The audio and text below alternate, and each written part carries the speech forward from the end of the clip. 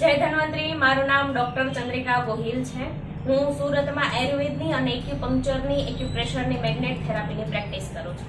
તો હાલમાં આપણી સાથે છે વિલાસબેન.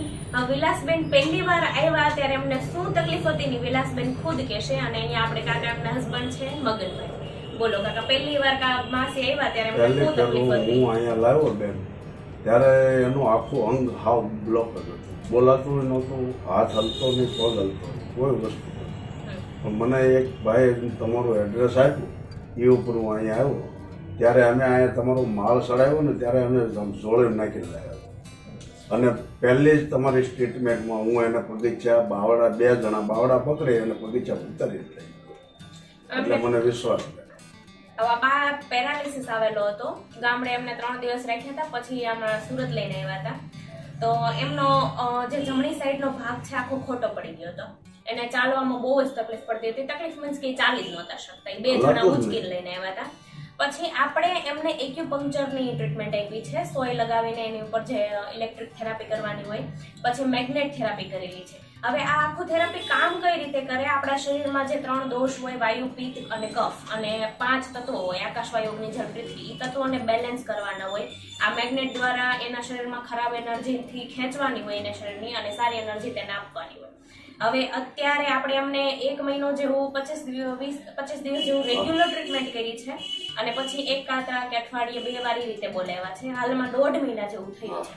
તો અત્યારે હાલમાં બા કેવું છે તમને?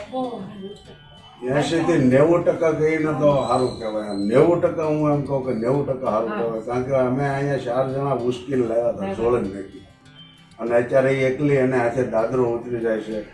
પછી અહીંથી આમ ગણો ને તો એ હાલવામાં ઘણું હાલ. મતલબ મીન્સ બા પેલા ચાલી નહોતા શકતા, બદલે જાતે દાદર ઉતરી જાય છે, જાતે ચડી જાય છે.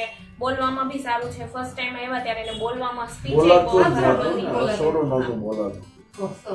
અને મેઇન વાત તો એ કે બાને ડાયાબિટીસ ની બીપી હતી, પણ અને 7 વર્ષથી દવા ચાલુ હતી. 7 વર્ષ છતાં આપણે એને પ્યોર આયુર્વેદ થી, કોઈ જાતની આડઅસર ન કરે એવી દવાથી, અને પ્યોર આપણે એક્યુપંક્ચર થેરાપી અમને સાજા કર્યા. ના ના, એ તો ભગવાનને એમાં આમ જો તમને હું તો એમ કહું ને ભગવાન.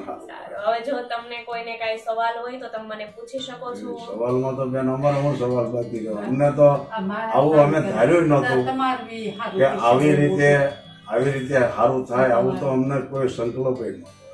પણ જ્યારે પહેલી ફેરું હું અહીં પહેલે દિવસે લઈને આવું અને તમે સ્ટેટમેન્ટ આપી 1.5-2 કલાક, એ સ્ટેટમેન્ટની અંદર અમને સીધો 10%નો ફેર બતાવવાનો. શું કે એનો પગ હલવા મળ્યો, આંગળી, હાથની આંગળી હલવા મળે, અને બોલાણું દૂધે એટલું બોલી, નકર બોલી જ નહોતી હતી.